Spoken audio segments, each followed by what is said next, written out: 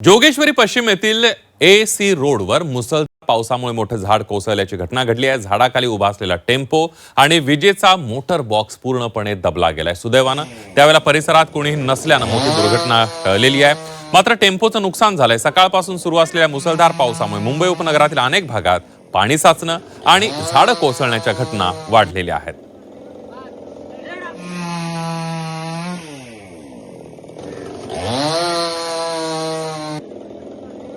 पालिका में भी इस चीज का मुद्दा उठा है कि हमेशा झाड़ गिरता है और कितनों की जाने मालों की तकलीफ होती है। आपने सुना होगा कि कितने बार रिक्शा पे झाड़ गिरा है, किसी की मौत हो गई, मृत्यु हो गई। तो इस चीज में बहुत ज्यादा प्री प्लानिंग करने की बात हुई, लेकिन मुझे ऐसा लगता है सिर्फ प्री ट्रिमिंग ही जरूरी नहीं है। जो झाड़ काफी ज्यादा अंदर से जड़ से डैमेज हो गए, उस झाड़ को निकालना भी बेहतर है ताकि ये हादसे से लोग बच सके।